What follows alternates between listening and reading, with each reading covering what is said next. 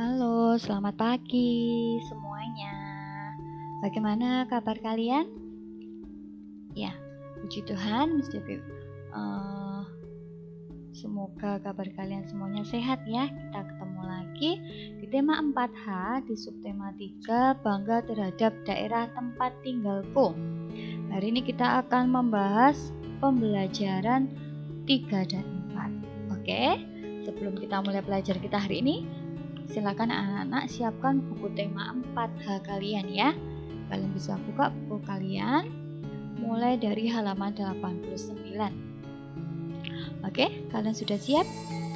Yang pertama kita akan membahas IPS. Mengelompokkan jenis-jenis pekerjaan. Jenis pekerjaan yang ada di masyarakat beragam. Namun, pekerjaan-pekerjaan tersebut dapat dikelompokkan menjadi dua, yaitu pekerjaan yang menghasilkan barang dan pekerjaan yang menghasilkan jasa. Pekerjaan yang menghasilkan barang merupakan pekerjaan yang memproduksi berbagai benda yang digunakan untuk kebutuhan sehari-hari. Contohnya, petani yang menghasilkan padi, dan pembuat mebel yang menghasilkan berbagai peralatan rumah tangga. Pekerjaan yang menghasilkan jasa merupakan pekerjaan yang tidak menghasilkan barang, melainkan menghasilkan jasa yang dapat dinikmati oleh orang lain. Contohnya, guru, dokter, tentara, dan jasa ahli bangunan. Ayo perhatikan jenis dan tugas pekerjaan pada tabel berikut. Yang pertama, lingkungan pegunungan. Jenis pekerjaan yang menghasilkan barang, contohnya petani teh. Tugasnya menanam hingga memanen teh. Jenis pekerjaan yang berkaitan dengan jasa, yaitu jasa pengantar hasil pertanian. Tugasnya membawa hasil pertanian ke pasar atau pabrik. Yang kedua, lingkungan perkotaan. Jenis pekerjaan yang berkaitan dengan barang, misalnya pedagang sayuran. Tugasnya menjual sayuran. Berikutnya, jenis pekerjaan yang berkaitan dengan jasa di lingkungan perkotaan, yaitu dokter. Tugas pekerjaannya melayani dan mengobati pasien. Jenis pekerjaan yang berkaitan dengan barang di lingkungan pantai, misalnya pedagang cenderamata. Tugasnya menjual cenderamata khas pantai. Selanjutnya, jenis pekerjaan yang berkaitan dengan jasa di lingkungan pantai, yaitu penjaga pantai. Tugasnya melayani pengunjung dan juga sebagai pengawas pantai.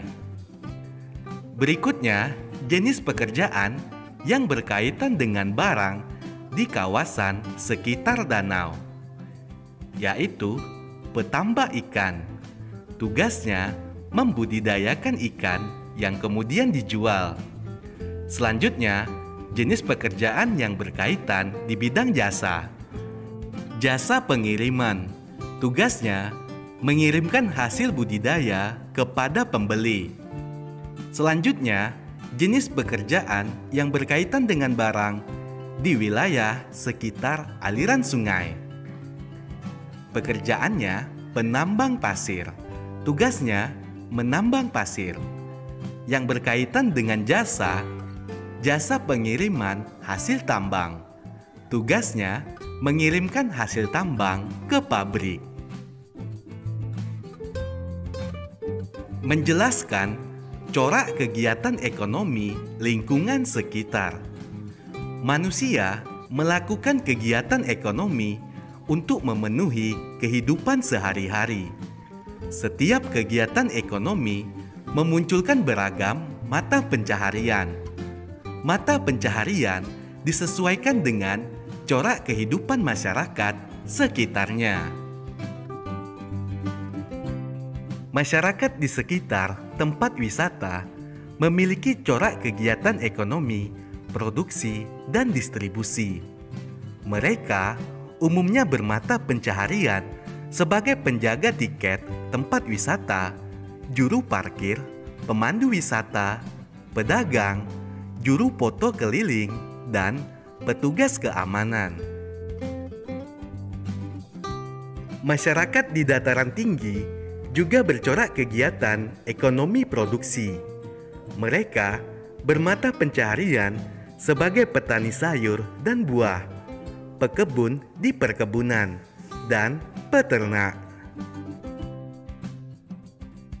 Masyarakat di daerah perkotaan bercorak kegiatan ekonomi konsumsi dan distribusi.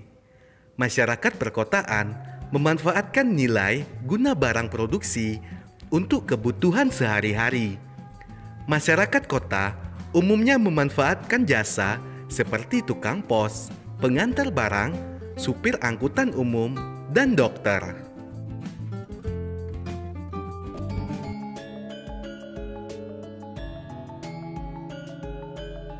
Untuk meningkatkan pelayanan di bidang jasa, sumber daya alam manusia harus kreatif dan memiliki keterampilan. Berdasarkan tingkat produktivitasnya, tenaga kerja dikelompokkan menjadi berikut. Yang pertama, tenaga kerja terdidik. Tenaga kerja ini memiliki latar belakang pendidikan tertentu. Contohnya dokter, guru, arsitek, dan masih ada yang lainnya. Yang B, tenaga kerja terlatih. Jadi tenaga kerja ini memiliki keterampilan tertentu melalui kursus-kursus keterampilan. Jadi contohnya penjahit, montir bengkel, pekerja salon. Yang ketiga, tenaga kerja tidak terdidik dan tidak terlatih, di mana tenaga kerja ini tidak memiliki latar belakang pendidikan atau keterampilan tertentu. Misalnya apa? Misalnya tukang sapu, tukang becak, kuli panggul, dan lain-lain.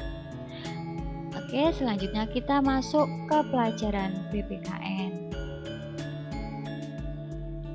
Karakteristik merupakan ciri khas seseorang yang secara alamiah terbentuk pada diri seseorang. Karakter memengaruhi segenap pikiran, perilaku, budi pekerti, dan tabiat yang dimiliki seseorang. Berikut beberapa karakter yang biasa ditemui dalam kehidupan. Jadi, karakter atau sifat itu ada penyabar, ceria, pemaaf, bijaksana, pendiam, penakut, rajin, jujur, setia, penyayang, dan hemat. Nah, ini ada beberapa karakter. Coba kita introspeksi diri kita sendiri. Mana karakter dari kalian yang ada di sini? Oke. Menjelaskan sikap terhadap perbedaan karakteristik individu. Masyarakat Indonesia memiliki karakteristik yang beragam. Kita pasti memiliki tetangga yang berlainan suku bangsa. Setiap suku mempunyai karakter dan kebiasaan yang berbeda-beda. Namun, perbedaan karakter ini bukan penghalang terciptanya persatuan dan kesatuan. Berikut adalah upaya yang dapat kita lakukan terhadap perbedaan karakter. Tidak menjelekkan suku bangsa lain. Bertutur kata yang ramah dan sopan. Berteman dengan semua tetangga tanpa membedakan suku bangsa. Dan menghargai kebiasaan suku bangsa lain. Berikut adalah manfaat dari perbedaan karakteristik individu. Manfaat yang pertama, terciptanya kerukunan antar sesama. Kedua, menambah wawasan keanekaragaman suku bangsa dan adat istiadat. Ketiga, menumbuhkan rasa persatuan untuk menjaga keutuhan Negara Kesatuan Republik Indonesia. Menjelaskan sikap toleransi dalam keragaman. Setiap keragaman harus kita sikapi dengan baik. Misalnya, keragaman mata pencaharian. Kita harus tetap menjaga toleransi.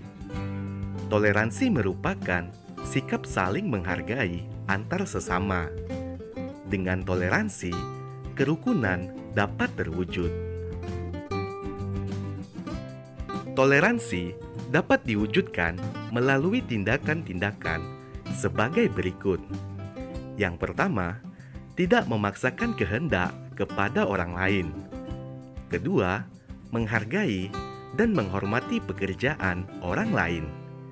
Tiga, saling membantu antar sesama. Empat, senantiasa membantu tetangga yang membutuhkan pertolongan. Lima, bekerja sama dengan orang lain tanpa membedakan ras, agama, dan budaya. Dan yang keenam, mengutamakan kepentingan bersama di atas kepentingan pribadi. Manfaat keragaman karakteristik individu. Keragaman masyarakat Indonesia juga tampak dalam pakaian daerah.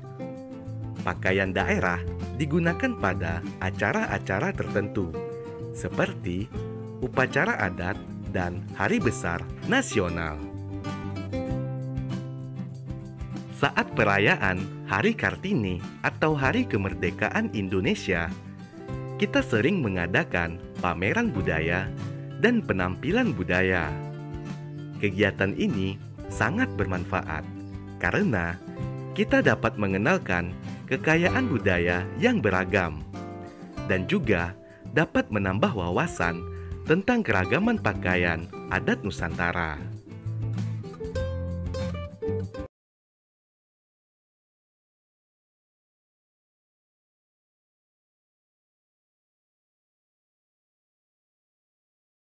Mengelompokkan tokoh dalam teks fiksi.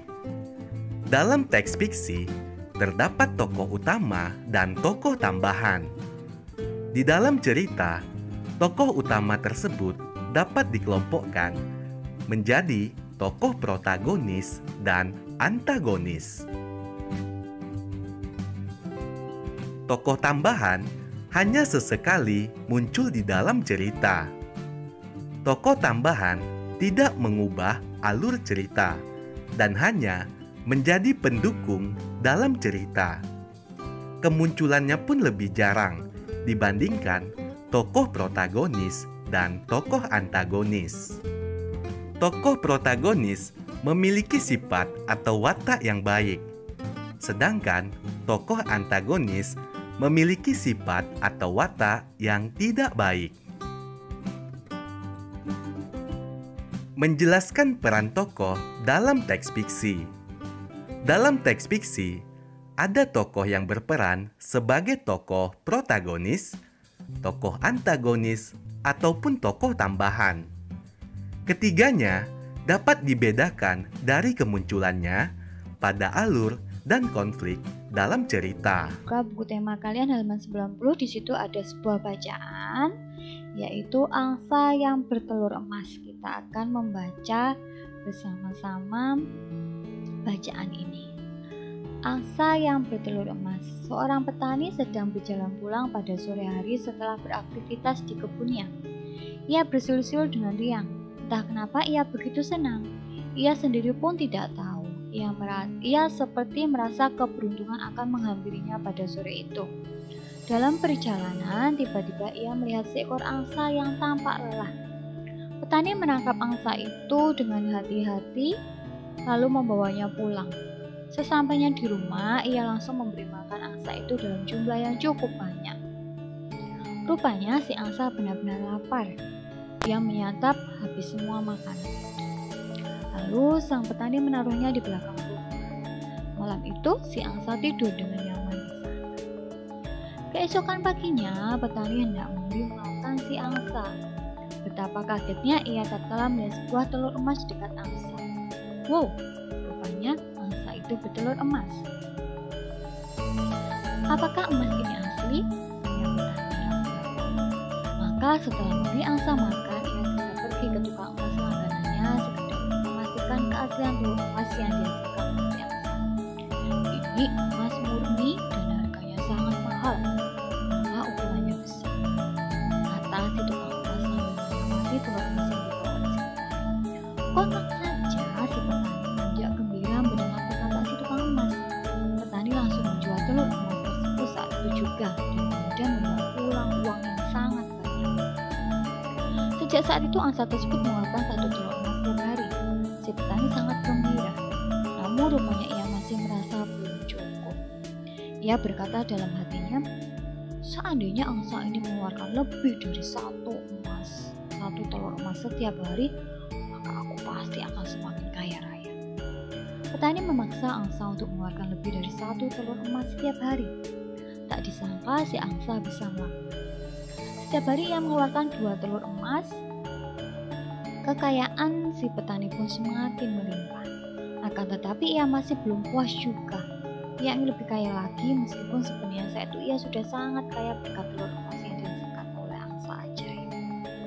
Angsa itu benar-benar hebat, ia bisa mengeluarkan 2 telur emas setiap hari. Aku ingin cepat kaya, aku tidak ingin menunggu besok. Aku akan memotong angsa itu dan mengambil seluruh emas yang ada di dalam tubuhnya. Si petani benar-benar memaksakan rencananya itu. Ia memotong si angsa tanpa berpikir lagi. Sayang sekali, ambisinya tidak terwujud. Di dalam tubuh angsa itu rupanya tidak ada emas sama sekali. Kemana emasnya? Seru si petani panik. Ia memeriksa sekali lagi tubuh angsa yang sudah disembelih. Namun ia sama sekali tidak menemukannya. Kini ia hanya bisa menyesali kebodohannya dan keserakahannya sendiri. Seandainya aku bisa bersabar dan tidak serakah, pasti saat ini angsa itu masih terus mengeluarkan telur emas. Keluh petani. Sayang aku telah bertindak gegabah. Keserakahan telah membutakan pikiran.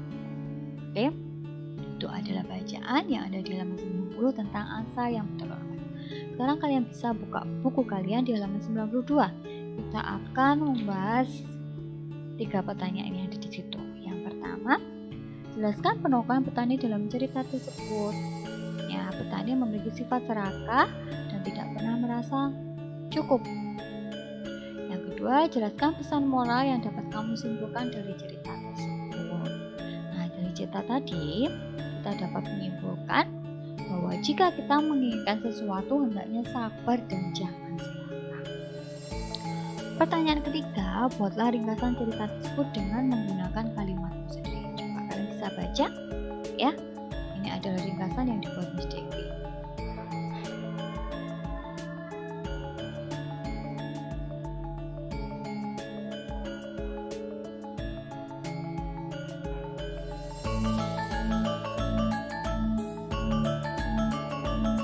Kalian bisa membacanya sendiri ya.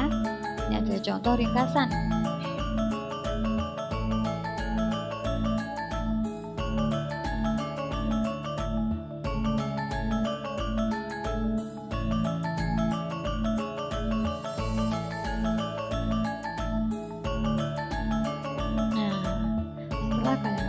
Setelah kalian membaca ringkasan tersebut, sekarang kalian bisa buka di halaman di bawahnya ya, di halaman 96. Di situ ada tugas ya. Kalian disuruh membuat cerita fiksi ya.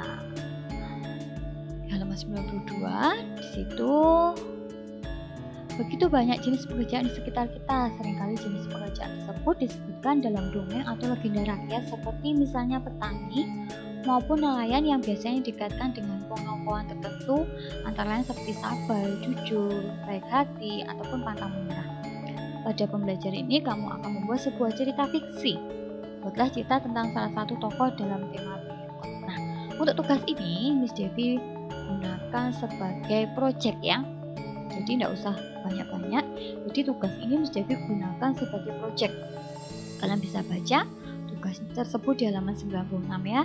Intinya kalian disuruh membuat cerita fiksi dari salah satu tokoh ya. Temanya petani yang cerdik, pandai besi yang sabar, penyelam yang ulet. Ini kalian bisa memilih salah satu ya. Salah satu dari ketiga tema tersebut. Pastikan dalam dongengmu tadi itu terdapat tokoh utama, kemudian tokoh tambahan ya.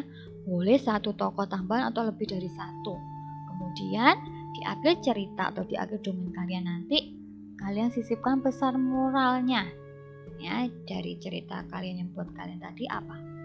Kemudian alur yang mengalir dengan baik. Jadi ada alurnya ya. Oke, jangan lupa gunakan kalimat berbahasa Indonesia yang baik, santun dengan ejaan yang benar. Tulislah dongengmu dengan rapi. Oke ya. Setelah kalian buat selesai, kalian bisa kirim kalian ya ke Miss Devi. Bisa kalian ketik kemudian kalian hias, atau kalian bisa tulis dengan tangan ya. Oke, jelas ya tugasnya hari ini. Nah, untuk pelajaran ini sudah selesai. Miss Devi ucapkan banyak terima kasih untuk perhatian kalian ya. Tuhan Yesus memberkati.